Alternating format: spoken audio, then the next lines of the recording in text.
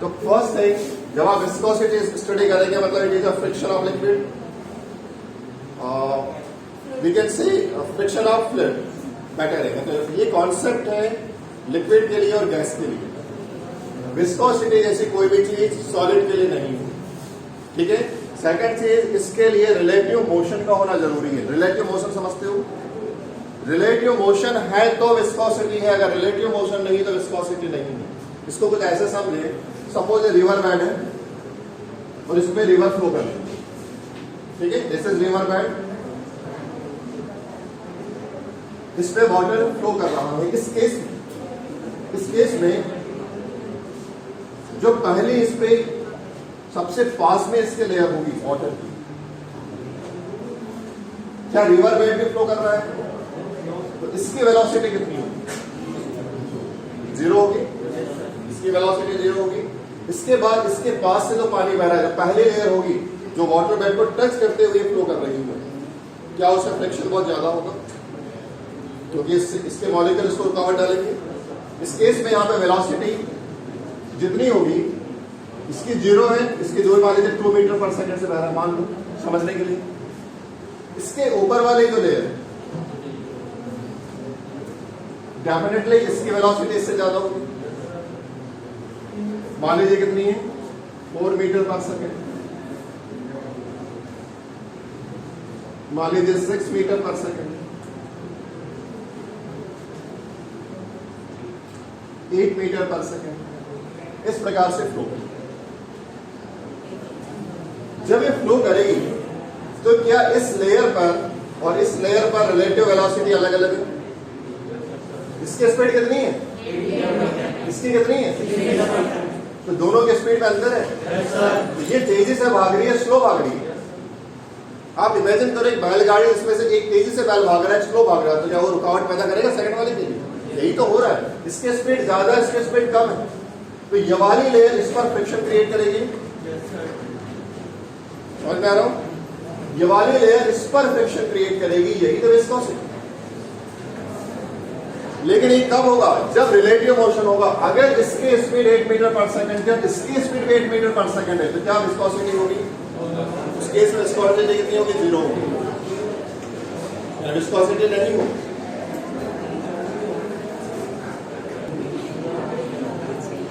Viscosity generate क्यों हो रही है? डिफरेंट लेयर्स की स्पीड अलग अलग है। अब ध्यान रखें, इसके जो मॉलिक्यूल्स हैं और इसके जो मॉलिक्यूल्स हैं, क्या इनके बीच में फोर्स ऑफ अट्रैक्शन होगा? समझना इस बात को अच्छे से। सपोज एक पहली लेयर ऐसी है और सेकंड लेयर ऐसी है, इसकी स्पीड ज्यादा है, 8 मीटर पर सेकंड है, इसकी स्पीड 6 मीटर पर सेकंड है। वाटर अलग अलग लेयर्स में फ्लो कर रहा है। इसके मॉलिक्यूल्स और इसके बीच मॉलिक्यूल्स के बीच फोर्स ऑफ अट्रैक्शन होगा? होगा या नहीं होगा? एक ही सब्सटेंस के डिफरेंट मॉलिक्यूल्स के बीच होने वाला force of attraction cohesive force होगा। अब यदि ये लेयर आगे बढ़ेगी, ये आगे बढ़ेगी तो ये वाला लाइन स्ट्रेच होगा, ये फोर्स रोकेगा उस लेयर को आगे बढ़ने से। रुकावट आ रही है, यही तो फ्रिक्शन है। Got it? क्योंकि ये लेयर आगे जा रही है, इन दोनों के बीच में मान लीजिए कुछ इलास्टिसिटी लगी हुई है, फोर्स है, ये लेयर आगे जा रही है, ये भी आगे बढ़ रही है, पर ज्यादा स्पीड से आगे बढ़ रही है। तो यहाँ का मॉलिक्यूलर डिस्टेंस बढ़ेगा तो फोर्स ऑफ अट्रैक्शन उसमें रुकावट पैदा करेगा। ये जो कोहेसिव फोर्स है किसका? लिक्विड के मॉलिक्यूल्स का। ये क्या है? ये रिस्पॉन्सिबल है किसके लिए? विस्कोसिटी। तो cause of viscosity is cohesive force between molecules of that particular liquid. Is it clear? लेकिन गैस में कोहेसिव फोर्स तो जीरो होता है ऑलमोस्ट। ये बात हुई लिक्विड की। अगर गैस होती तो गैस के मॉलिक्यूल्स के बीच में आपस में अट्रैक्शन ऑलमोस्ट कितना होता है? नेगलिजिबल। तो फिर वहां विस्कोसिटी क्यों होती? ठीक है, लेकिन इसके पहले मैं आपको गैस पे ले जाऊं, मुझे बताओ, अगर मैंने टेम्परेचर को इंक्रीज किया, यदि मैंने टेम्परेचर को इंक्रीज किया तो विस्कोसिटी इंक्रीज होगी या डिक्रीज होगी? कॉमन सेंस से बताओ। यदि मैंने टेम्परेचर इंक्रीज किया तो विस्कोसिटी इंक्रीज होगी या डिक्रीज होगी?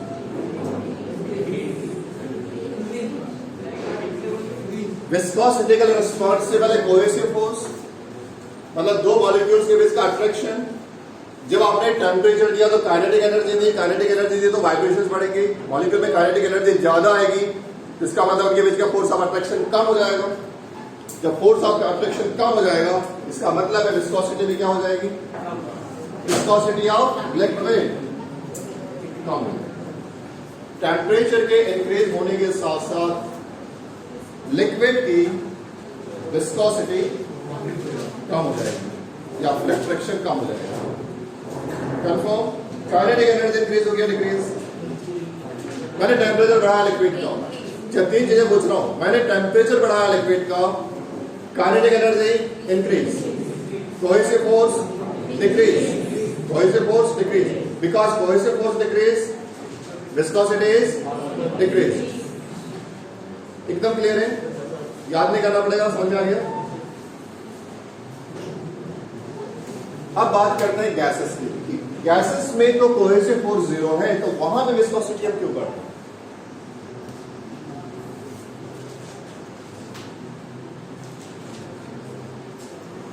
अगर गैस की मान लीजिए गैस या कोई भी गैस फ्लो कर रही है, उसकी लेयर्स, इनके मॉलिक्यूल्स के वजह फोर्स ऑफ अट्रैक्शन क्या होगा?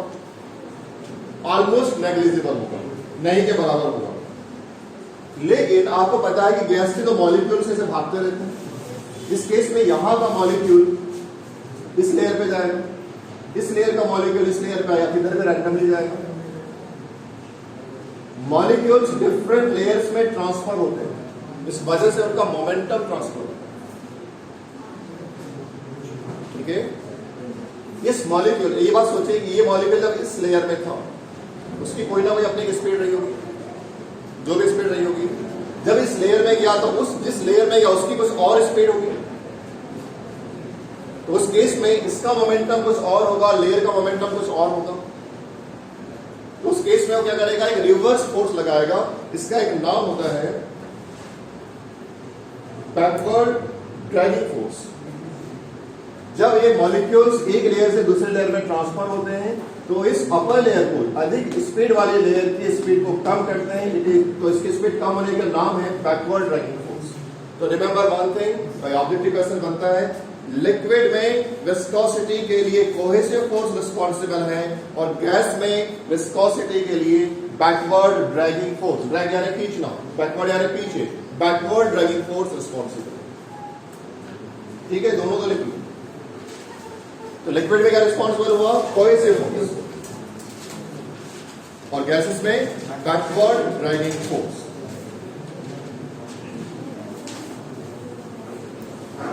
अब यदि गैस है और उसका मैं टेम्परेचर इंक्रीज करूं, यदि मैं गैस का टेम्परेचर इंक्रीज करूं तो काइनेटिक एनर्जी इंक्रीज होगी या डिक्रीज होगी?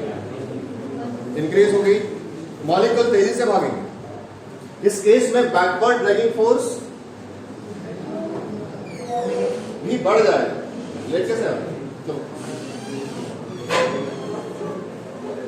क्योंकि बैकवर्ड ड्रैगिंग फोर्स बढ़ेगा, इसीलिए इसमें विस्कोसिटी कम होगी या ज्यादा?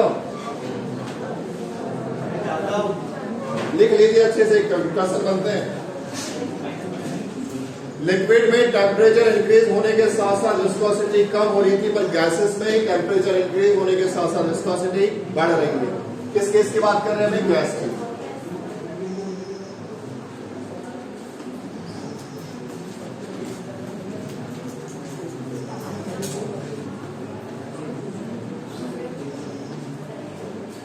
ये दो बातें बिल्कुल भूल गए।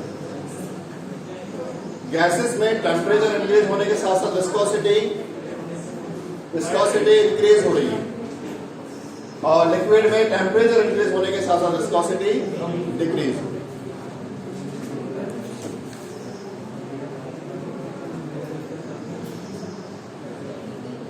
अब एक हेडिंग डाले, वेलोसिटी ग्रेडियंट।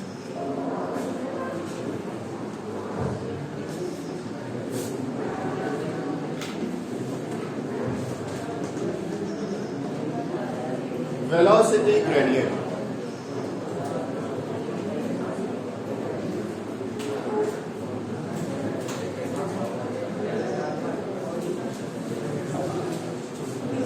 आपके नोट्स में वेलोसिटी ग्रेडियंट पर दो लाइन का एक नोट मिलेगा, बस हो गया। देखिए विदाउट वेलोसिटी ग्रेडियंट आपको विस्कोसिटी समझ में नहीं आएगी।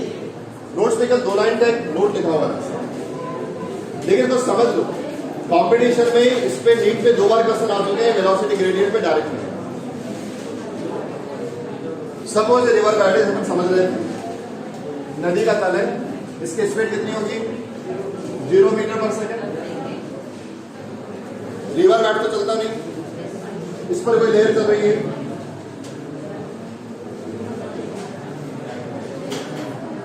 नेक्स्ट लेयर चल रही है, इस टाइप से डिफरेंट लेयर्स वाटर की जो फ्लो कर रही है। डेफिनेटली इसकी स्पीड जितनी होगी उससे ज्यादा इसकी होगी, उससे ज्यादा इसकी होगी। मान लीजिए इसकी स्पीड जो है, इसकी स्पीड v है, v मीटर पर सेकंड। इसकी स्पीड मान लीजिए थोड़ा सा बढ़ा करके v प्लस dv मीटर पर सेकंड। पीछे बातचीत क्या हो रही है? तो जितनी वेलोसिटी इसकी थी उससे थोड़ी सी वेलोसिटी हमने बढ़ा दी। इसका डिस्टेंस मान लो है d, इसका डिस्टेंस कितना होगा? इस केस में किसी लिक्विड की 2 लेयर्स के बीच, किसी लिक्विड की 2 लेयर्स के बीच का जो रिलेटिव डिफरेंस होगा, रिलेटिव डिफरेंस ऑफ वेलोसिटी और हाइट का रेशियो, मतलब यहां से लेके ये जो डिस्टेंस है ये d है और ये d प्लस dx होगा। तो ये वाला डिस्टेंस कितना हो जाएगा dx, ये d है, ये d प्लस dx है, ये कितना हो गया? इन 2 लेयर्स की बात कर रहे हैं। तो वेलोसिटी का डिफरेंस और हाइट का डिफरेंस का जो रेशियो है ये कहलाता है वेलोसिटी ग्रेडियंट। ठीक है, लिख लें velocity gradient. The change in velocity of 2 layers, the change in velocity of 2 layers of liquid, the change in velocity of 2 layers of liquid separated by 1 unit distance, separated by 1 unit distance is known as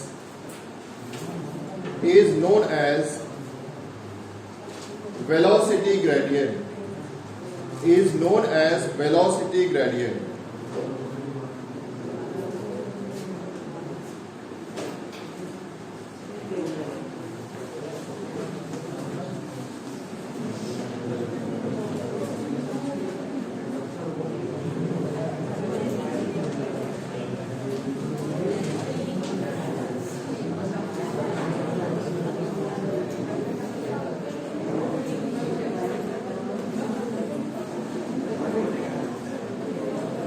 बेटा वो simple है, change in velocity 2 layers के बीच में velocity का जो difference है कितना था dv, और इनकी भी हाइट, ये वाला डिफरेंस, हाइट डिफरेंस आप कह सकते हैं कितना था dx। इसकी यूनिट क्या होगी बोलो? वेलोसिटी ग्रेडियंट की यूनिट क्या होगी? जल्दी निकालो। ये वेलोसिटी है, ये डिस्टेंस है। वेलोसिटी की यूनिट क्या होती है? मीटर पर सेकंड। और इसकी यूनिट क्या होती है? मीटर। मीटर से मीटर क्या होगी? पर सेकंड। तो वेलोसिटी ग्रेडियंट यूनिट क्या होगी? पर सेकंड। डायमेंशन फॉर्मूला क्या होगा? इसका क्या होगा? LD माइनस 1 और इसका L से L कैंसिल, क्या बचा?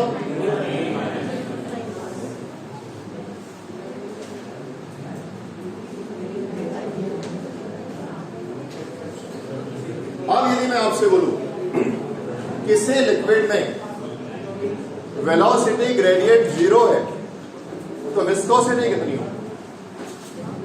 इफ वेलोसिटी ग्रेडियंट इज 0, अब ये बात ध्यान रखो कि यदि मैं वेलोसिटी ग्रेडियंट बोलता हूं तो मैं किसकी बात कर रहा हूं? वेलोसिटी ग्रेडियंट 0 है मतलब कि हाइट के आधार पर इसकी वैल्यू 0 होगी तब तो 0 होगा। dv upon dmax is velocity gradient. मैंने कहा वेलोसिटी ग्रेडियंट 0 है मतलब dv की वैल्यू 0 होगी, ये डिस्टेंस जो भी होगा, इस केस में 0 आ गया। इसका मतलब है कि दो लेयर्स एक ही स्पीड से फ्लो कर रही है, दो लेयर्स एक ही स्पीड से फ्लो कर रही है, तो फ्रिक्शन कितना होगा? 0। दैट्स व्हाई विस्कोसिटी कितनी होगी? If velocity gradient is 0, if velocity gradient is 0, it means viscosity is 0। नहीं आया कंफर्म? 14 ब्रैकेट में लिख लो कहीं कि if velocity gradient is 0, it means relative motion is 0. It means relative motion is 0. Then value of viscosity becomes 0. Then value of viscosity will become 0.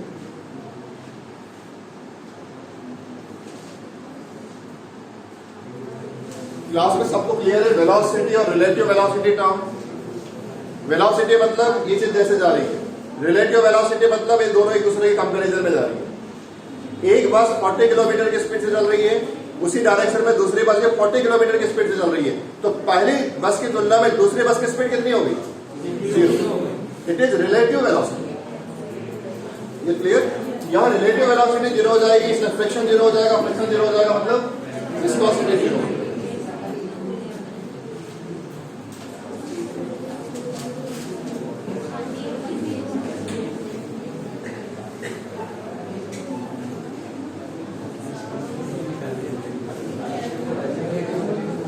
Now next heading,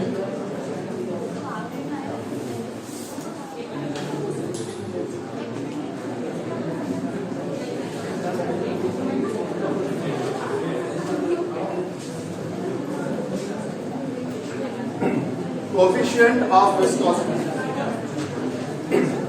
For the next heading, coefficient of viscosity.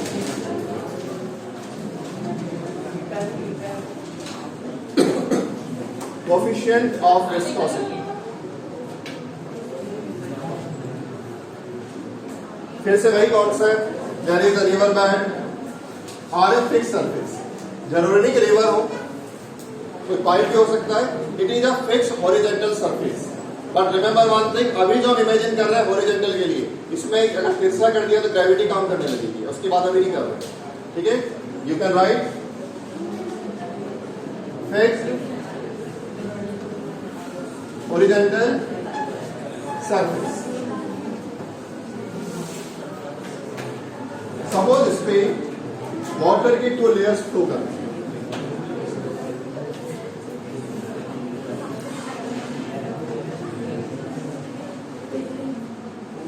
इसका जो भी नाम दे दें आप, TB, CD, TF.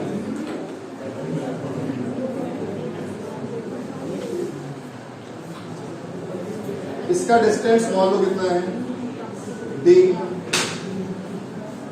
इन दोनों के बीच का difference मान लो कितना है? अभी जो लिया था dx। इसका डिस्टेंस कितना होगा?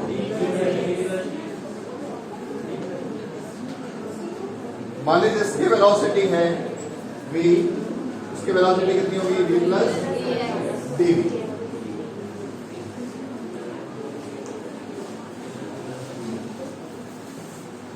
ये लेयर्स मूव कर रही है। अब इसमें हमें कोफिशिएंट्स देखने की किन किन चीजों का विस्कोसिटी पर फर्क पड़ने वाला है। तो मुझे पहले बताएं, जो फोर्स लग रहा है, विस्कोसिटी फोर्स जो लग रहा है, ये लेयर आगे जाना चाह रही है, ये भी लेयर आगे जा रही है, ये भी लेयर आगे जा रही है। इसकी स्पीड कम है, इसकी स्पीड ज्यादा है। इस केस में इसकी वेलोसिटी पर ये असर डालते हैं, कुछ रुकावट पैदा करते हैं बिकॉज ऑफ कोहेसिव फोर्स। तो अगर इसका सरफेस एरिया ज्यादा होगा तो विस्कस फोर्स मतलब फ्रिक्शन ज्यादा होगा या कम होगा?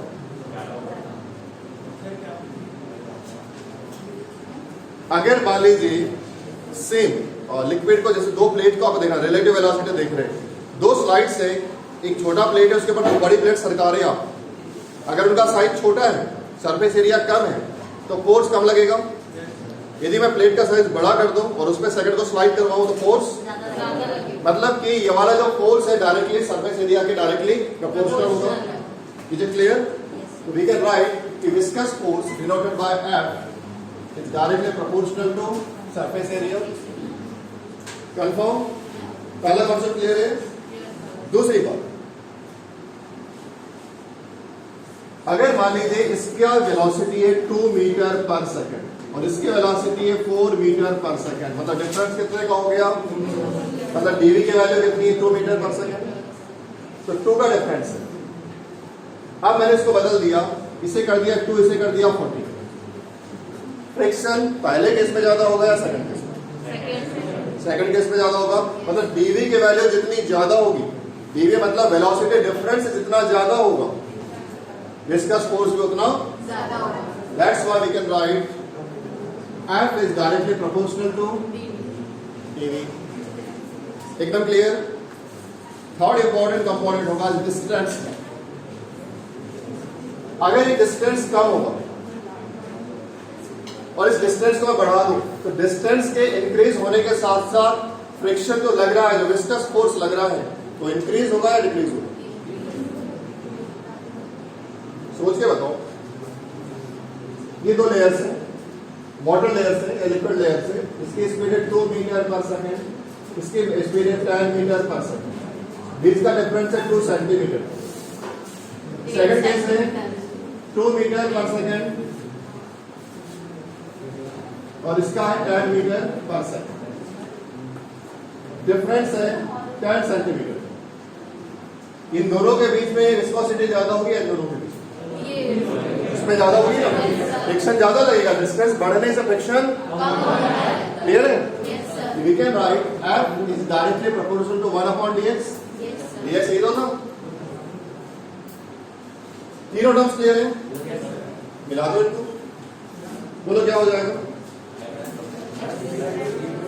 F is proportional to A dV upon बेटा क्या आ गया? गौर से देखो, dV upon dx क्या था? वेलोसिटी ग्रेडियंट आ गया। इसलिए मैंने वेलोसिटी ग्रेडियंट आपको पहले दे दिया। वेलोसिटी ग्रेडियंट और सरफेस एरिया का जो प्रोडक्ट होगा वो डायरेक्टली प्रोपोर्शनल होगा। We can write. अब यहां पर एक प्रोपोर्शनलिटी को मैं हटा रहा हूं तो मुझे क्या लगाना पड़ेगा? और ये जाना पहचाना कांस्टेंट है ईटा। तो यहां पर भी ईटा सिंबल यूज होगा, dV अपॉन dx। इसे फिक्स कर लीजिए दिमाग में, क्योंकि इसकी भी अपन यूनिट्स और डायमेंशन डिराइव करेंगे इससे।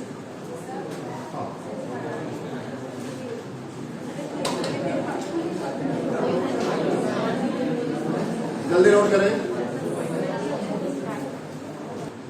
तो ये टर्म्स पूरी क्लियर होना चाहिए। F is a viscous force, eta is a coefficient of viscosity, A is a surface area of liquid surface, dV is relative velocity and dx is distance between two layers of liquid।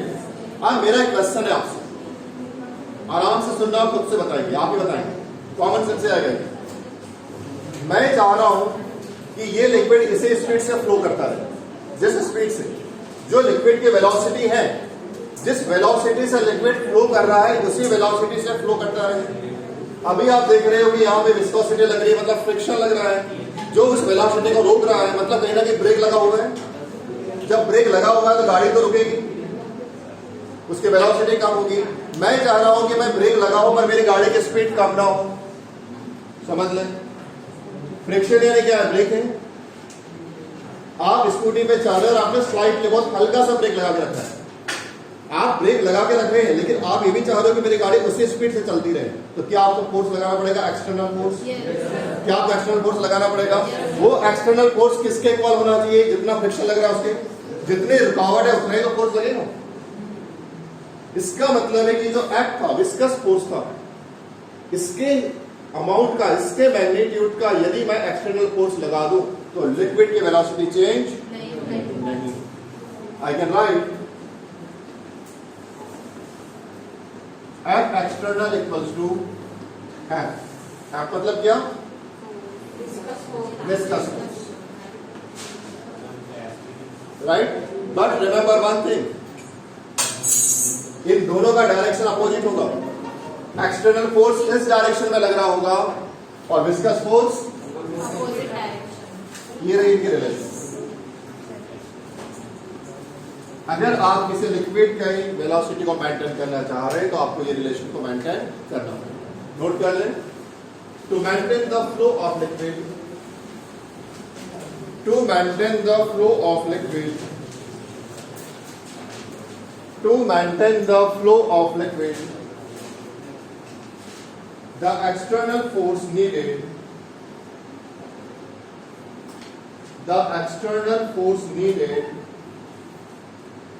is equal and opposite, is equal and opposite to the viscous force, equal and opposite to the viscous force, equal and opposite to the viscous force. नीचे लिख लेना P external equals to minus F viscous force, या viscous लिख लेना।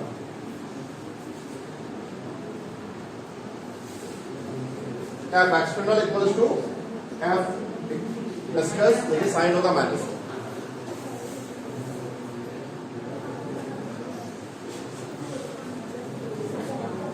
अब यदि आप define करना चाहते हैं कोफिशिएंट ऑफ विस्कोसिटी को, कोफिशिएंट ऑफ विस्कोसिटी को डिफाइन करना था, कैसे करेंगे बेटा? जब भी हम डिफाइन करते हैं नीचे वाले टर्म्स को यूनिट वाले लेते हैं। अब देखें आप,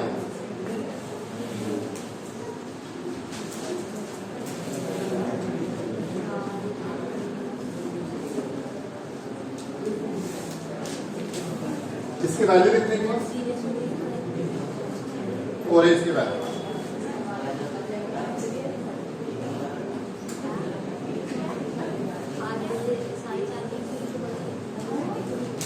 अगर इसमें मैं dx को यूनिट कर लूं, वेलोसिटी को यूनिट वेलोसिटी कर लूं, वेलोसिटी यूनिट वेलोसिटी पे चल रहा है, डिस्टेंस के इसका यूनिट है और सरफेस एरिया भी यूनिट है, तो इस केस में क्या एक्सटर्नल फोर्स थीटा के इक्वल हो जाएगा? राइट। किस कंडीशन में? यदि ये तीनों यूनिट मेजरमेंट्स में आ जाए। नेक्स्ट लाइन याद नोट किया दोनों।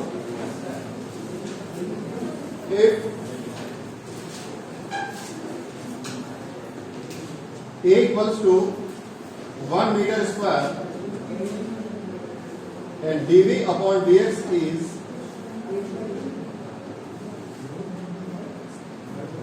1 meter per second.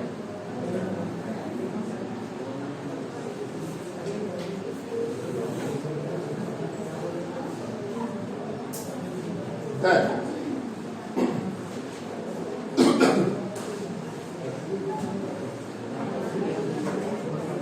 F external equals to theta. इस केस में एक्सटर्नल फोर्स किसके इक्वल हो जाएगा? थीटा के।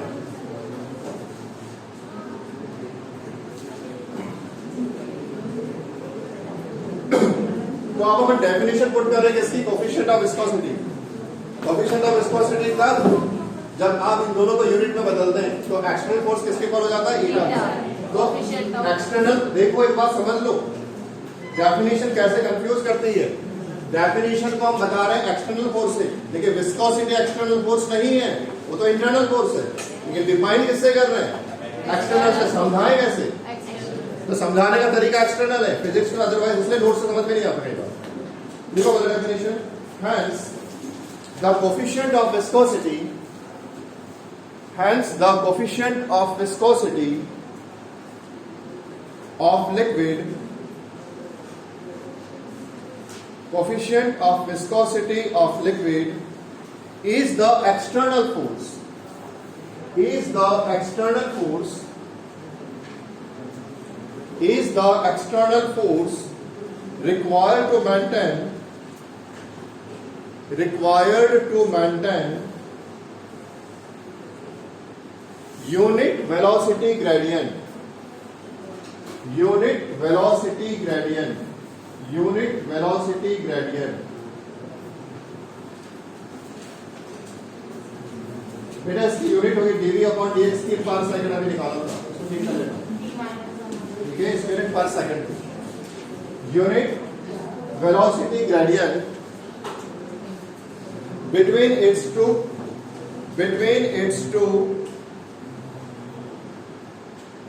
consecutive layers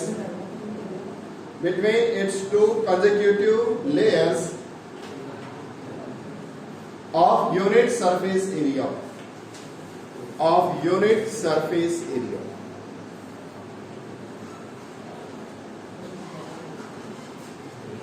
तो हमने एरिया को भी यूनिट मान लिया और वेलोसिटी ग्रेडियंट को भी यूनिट मान लिया। वेलोसिटी ग्रेडियंट यूनिट क्या थी? पर सेकंड, और उसका डायमेंशन क्या था? t-1। Is it clear? Now अब आप बताइए, यहां से आपका क्लास स्टार्ट होता है कि ईटा की यूनिट क्या होगी और ईटा का डायमेंशन क्या होगा।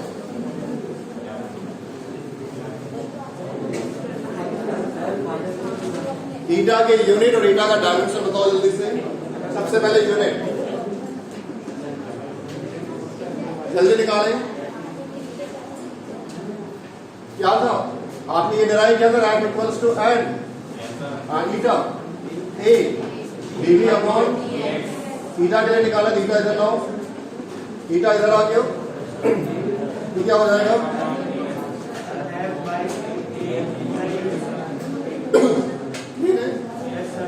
अब सारी यूनिट प्लेस कर दो इसकी जगह पे। फोर्स की यूनिट न्यूटन, सॉरी उसको और थोड़ा न्यूटन को डिफाइन करो अंदर जाके। एक न्यूटन बराबर क्या होता है? 1 न्यूटन क्या होता है? 1 किलोग्राम। मास को 1 मीटर पर सेकंड के स्पीड से एक्सेलरेट करने के लिए